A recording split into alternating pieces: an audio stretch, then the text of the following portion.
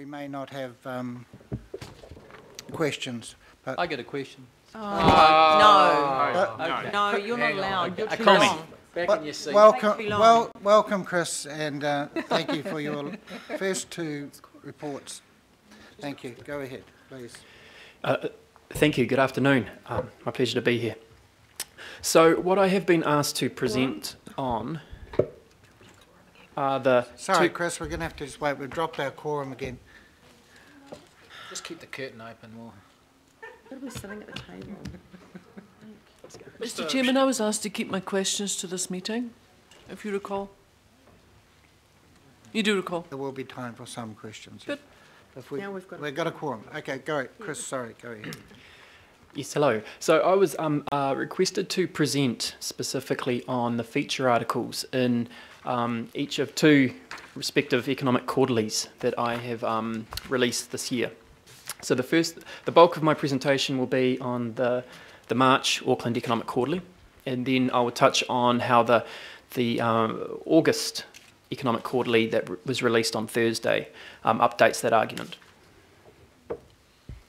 So the slides are the same as the presentation that I gave to the Economic Development Committee in March, and the feature article that I wrote in March was in response to the debate and understanding that I had picked up in the 3 months that I've been up in Auckland. I got the sense that, yes, there was a lot of concern about housing, but I was not sure that all the issues were understood in such a way that people could understand the criticisms and concerns that were coming from all manner of commentators and also from central government and central government agencies.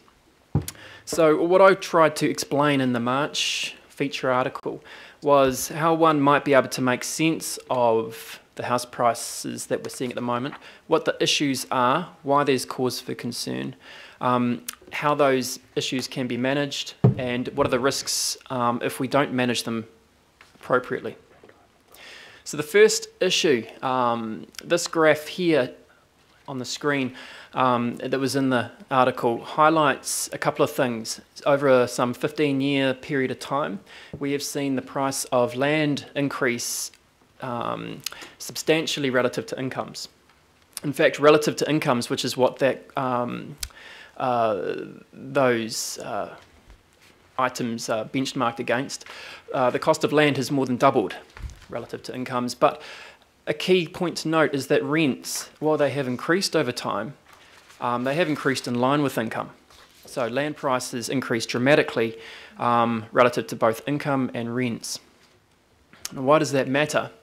Well, in this stylised illustration that I have on the screen at the moment, in the long run we would expect land prices to be fundamentally determined, determined by their fundamentals, which is the amount of revenue that they can generate into the future. So rents is that ongoing periodic revenue, but land prices has shot up, ballooned relative to those. And in the long run, so that gap has emerged, and sorry, I'm just struggling with this being low. It's okay. We can hear you. Just leave it. Okay. It's okay. Do you want a shorter chair or something? No, we're picking you up. Well, we're picking you up. Great. Okay. So that gap has emerged. I think it's a story around Auckland's high growth. Another 1 million more people odd over the upcoming decades. And in the long run, we will expect that gap to close. It's almost like one of those laws of nature. You can't sustain a major gap between the price of a capital asset and its fundamentals. So the question really is begging, how will that gap close? Will we see rents spike up and double or treble, or will we see land prices come down, or is there some other way that we can that gap may close in the long run? So what I covered off was, is it possible that rents could shoot up? Well, I suggested no, not really. Auckland is indeed a lovely place, but really it does compete for loose-footed people with other cities such as Hamilton, Tauranga, Sydney, Melbourne, Wellington and the like. So although Auckland is unique and can probably sustain a bit of a premium in terms of how it attracts people here, it's unlikely that it could really justify having substantially higher rents compared to other cities. So I don't think that blue line, that rent line, is going to shoot up. One way to make sense of what the market is doing at the moment is not that rents will increase, but that to cater for the 1 million people who are still to come, that the redevelopment and growth opportunities may lead to more dwellings per unit of land, which means that you, rather than rents per house increasing, you can have more housing per section through intensification and the like across Auckland as a whole. In the course of doing that, rather than rents per dwelling increase, you'll get more revenue per unit of land, and that can explain why we have such high land prices relative to rents and incomes now. In the course of doing that, you will have, yes, land may increase in price, but you will be able to economise and use that land more wisely. You have more dwellings per unit of land, which can share that unit of land across more dwellings and improve housing affordability. Now, what happens if things don't pan out that way? Well, the issues at stake are that if the market has made assumptions that are not realised or was more optimistic than what proves to eventually result, well, basically the equation has changed and you can expect land prices to be revised. The problem, however, is that the housing market in Auckland is of such a scale and magnitude that if there was a significant price change in the housing market, that has effects wider than just Auckland, but nationally significant risks. It can basically, as you've seen, the concerns raised by the Governor of the Reserve Bank, it is one of the two, perhaps three key risks to the New Zealand economy. And you hear many economic commentators saying that the biggest risk to the economy really is Auckland house market busting. Okay, so that's theory. What about how things are stacking up in terms of the ability for the market to achieve this? This graph here is a product produced by the REMU, Research Evaluation Team inside Council, that looks, you're probably familiar with it. It's from the Capacity for Growth study and looks at the capacity for redevelopment based on zone-enabled supply under the unitary plan and also the nature of the housing stock at this point in time. While it does not cover all of Auckland, the reason that it zoomed in on central Auckland is because that is where a lot of the issues and concerns are raised, whereby in the isthmus, which that graph belies the scale of it, apart from the city centre in Onehunga and far off to the east, does not have high capacity for redevelopment, and that has been pointed out by the Reserve Bank as well. So in these slides, as I say, they were unchanged from the March presentation that I gave. There is a need to understand the cumulative impact of the many dimensions of our regulatory environment, both current and anticipated once the unitary plan comes into effect. We need to understand how that relates to the ability to redevelop and intensify. And what I proposed was, and as I'm doing through these publications, is trying to inform and educate the wider public on what these issues are. So that was the March Auckland Economic Quarterly. I recently just updated some aspects of this with the publication that I presume you have all seen. Yep. So NZIER approached me and said that they had done some calculations of their own and informed me. They used a relatively simple model, very high level, a discounted cash flow analysis methodology, which they had actually applied to many assets, and housing was one. And they said, Chris, Auckland's house prices are a third overvalued. And I said, okay, well, what are you assuming about increasing rents and revenues? And they said 5% per year based on various things. And I said, well, I asked them to go away and redo their analysis, taking into account the possibility of significant redevelopment and intensification that is enabled once the unitary plan comes online from mid next year. So they undertook that, and basically to test the argument that I just talked about notionally.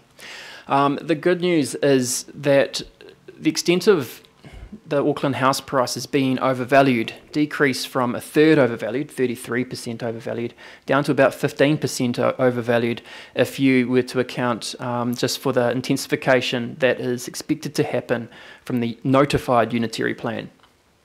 They did some sensitivity tests around that based on the cost to construct, whether more intensification or less is possible, and another one about the discount rate that commercial entities use. So, and that is to represent if things are more uncertain or if it's a tougher, riskier environment to be doing development in, then their required rate of return will be higher, and that would feature into the calculations.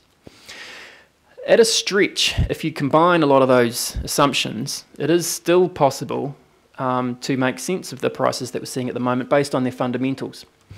That's important to me because it means that it is, well, as I say, it's still possible to make sense of prices. We're not completely at a loss to explain them. And many people at this point in time in the media are saying, well, I think we're in a bubble. I think it's still possible that we're not, and that there's a lot of things that people are anticipating that, if realised, means that the market is still working functionally. That's not to say that there are no issues or problems with some of the more social inequality risks and stuff. They still need to be managed. But what this analysis shows is that it helps us to make sense of what the market is anticipating, what they're thinking, and where the biggest issues for realising that lie. And what that is being able to follow through on the unitary plan. The recent changes that the Council's position to enable greater intensification through the residential provisions is a step in the right direction in helping actually strengthen this logic. Another key part of what needs to be done over the next 10 to 15 years is not just the Council, but the government and industry as a whole needs to find and sustain productivity improvements in the cost of building. If there's anything that the Council can do or lobby or seek to influence in that regard, I think that is pretty critical. Not only does that rely on a host of things that need to be done by government, but we need to be cognizant of that too when we're creating plans that may increase costs for development. And just so by and large, I think there's a good direction to travel. A lot more work needs to be done in order to address and meet the expectations of the community. Those assumptions that the market may be making, they're pretty tough. To get a 10 to 15% productivity improvement in construction is no easy feat given the long-term trend in that sector. But it is doable. So that was the topics of the two feature articles, and thank you very much. Chris, could you just explain one thing? You indicated that perhaps the gap, half of the gap, or the Research Institute came back, said was basically the market anticipating, and that intensification will come, and therefore they're buying the land. Is that? Could you just explain that to people? Sure. It's if people expect the price of a durable good to be significantly higher in the future, such as land or housing, higher than it is now, you would expect people to get in quick to appropriate those assets before the price appreciates, so that they can obviously profit from that happening. In the course of everyone increasing their demand for those assets now, that bids the price up now. So that can be described as arbitrage. So when people expect prices to be significantly higher in future, that can bid the price up now. We sort of self-fulfilling expectations. Okay. Councillor Casey. Oh, well, Chris, you didn't actually mention the things that were in your article that you talked about last time, but I'll ask them anyway.